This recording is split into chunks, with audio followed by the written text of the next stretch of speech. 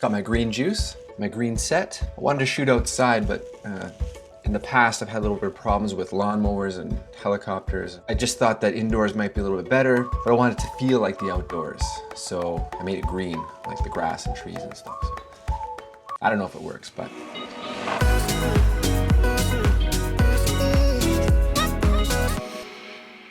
What's up, my filmmaking and photographing friends? First, let me explain what happened here. Not too long ago, I met up with a fellow Canadian YouTuber, Zdenka Darula. She's a photographer. She shoots mostly with the Canon M50. So if you're thinking about buying that camera, or you have that camera but want to learn tons of stuff about that camera, she's your go-to person. She's also way more popular than me. So shout out to Zdenka for even considering to do a collab with such a small channel like myself. So I'm going to be covering more of the tips and tricks that you can use on a technical standpoint, if that makes any sense. And Zdenka is going to talk about what it's like to venture out into sort of strange territories, putting yourself out there in a more uncomfortable situation, and how that might affect your work. So definitely head over to her channel, check out what she has to say about what she learned, and today we're gonna talk about some of the more technical aspects of actually making the photos. So major disclaimer, I think Zdenka's done more street photography than I have. I haven't really done street photography before. Actually, I don't even know what street photography is, so to speak, but I learned a lot that day. And I thought, from my knowledge of researching what street photography is, and now learning more about it from doing it, I thought I'd pass on some tips that might help you with your street photography, or if you're just getting into it, might give you some starting points to go from. And along the way, I'm gonna show you some of the photos that I got from our street photography challenge. So both Zdenka and myself have posted our favorite photos to Instagram from that day. So I've linked our Instagram handles below. Please go ahead and check them out. Leave a like and comment and let us know what you think of the photos. But let's get into some tips and some photos right now. So tip number one, and this is probably the most important tip, and it'll take you through any type of photography, and that is to know your gear. So when you're going out to shoot portraits, landscapes, street photography, you need to know your gear. And I don't mean you need to know what a camera does. I mean, you need to know what your camera does. So that means, which buttons have you assigned to ISO, to shutter speed, to aperture?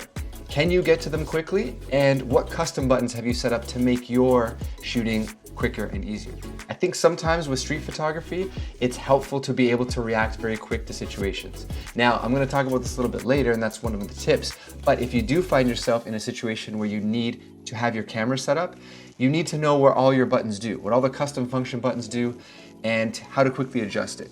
Now, it goes without saying, you actually have to know how to use your camera, meaning what shutter speed you should be picking for what type of scene and ISO and whatnot. Your fingers need to find the buttons on the camera without even looking at it. That will make you a better street photographer, or any type of photographer for that matter, if you know your gear and you can quickly access it. It's a juice break.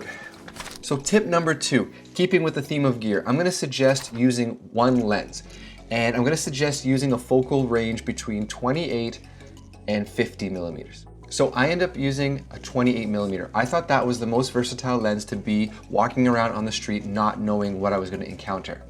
I could always get up close with it, and I wouldn't have to back up too far to get everything in the frame. If you end up shooting with something like an 85 or a 100 mil, or even a 16 millimeter, those are more of the extreme focal ranges, and they sort of give you an exaggerated look. Whereas from 28 to 50, you're gonna get a more natural looking photo. Something that you would normally see with your eye if you were actually on the street looking around. Also, as a side note, using a prime makes you think and makes you move around a lot more than using a zoom lens. If you end up using a zoom lens, you end up being comfortable with just zooming in and out and not moving around and checking different angles. I find it just makes me more creative. I think more, I move more, and I end up finding more shots that I don't think I would find if I was lazy with a zoom lens. The second reason to that is that it's smaller, lighter, more inconspicuous. You're not drawing a lot of attention to yourself while you're shooting photos. Tip number three, and that's don't be afraid to talk to people. And I learned this when I saw a gentleman smoking a vape, or vaping a vape? Do you vape a vape or do you smoke a vape? Anyways, I saw him vaping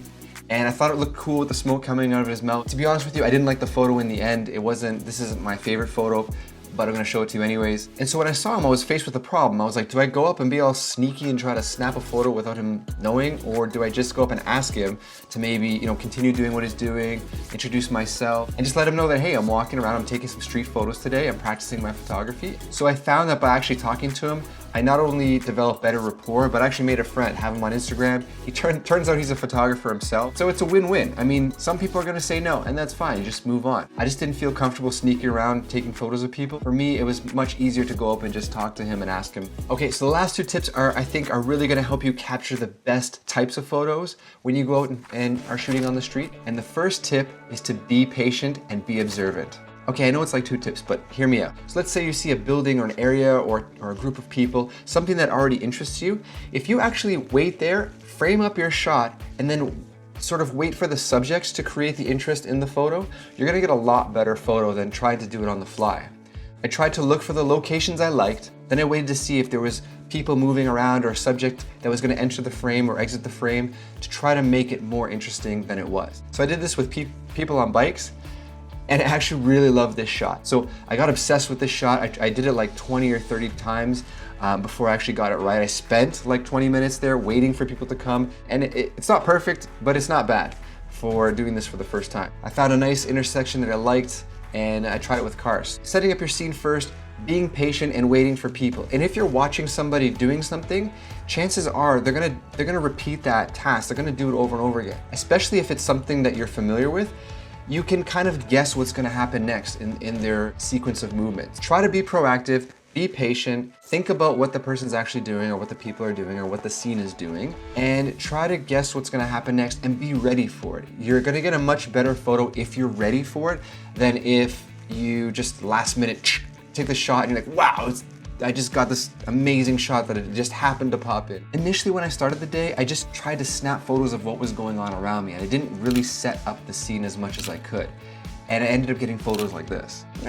They're photos, but they're not as compelling as a photo where I would set up a scene and have control over it. I just found that helped me a lot with creating the photos that I wanted. And the last and final tip, which is super important in actually constructing your photo, is to look at the light. So be aware of shadow, be aware of where the sun is coming down and hitting, be aware of, whether it's lights, building lights, street lights, to look at light and really have an acute sense of what light is doing in your scene. When I look back at my photos, I could have done a lot better job at doing this myself. So look at the shadows, look at what the bright spots are doing in your scene, look what happens when people walk into a bright spot or if they walk into a shadow, and really play around with light. That's gonna increase your chances of having a much more compelling photo. Because light is all you have to work with the camera, that is the main thing. You should be looking at light and you should be seeing how that plays into the scene as a whole. 2 bonus side tips. The first one is put your photos in black and white. You're not a street photographer if you don't have black and white photos. And the last bonus tip is to look around and use your environment as frames for your subject. So you can use posts, you can use holes in the wall, you can use bricks and pillars and scaffolding, all sorts of stuff to help put emphasis on your subject in the photo. So thank you guys so much for stopping by. I really hope that helped. I learned so much myself that day, especially shooting with another photographer, another YouTuber. If it did help, drop a like, leave a comment down below. Let me know some of your tips or if you've gotten into shooting street photography yet. And definitely head over to our Instagrams, check out our favorite street photo, leave a comment, let us know that you came from the video. All right, that's it. Later. When did that backlight die? No one told me that backlight went off? Nobody? Nobody told me that backlight went off. That is not on now.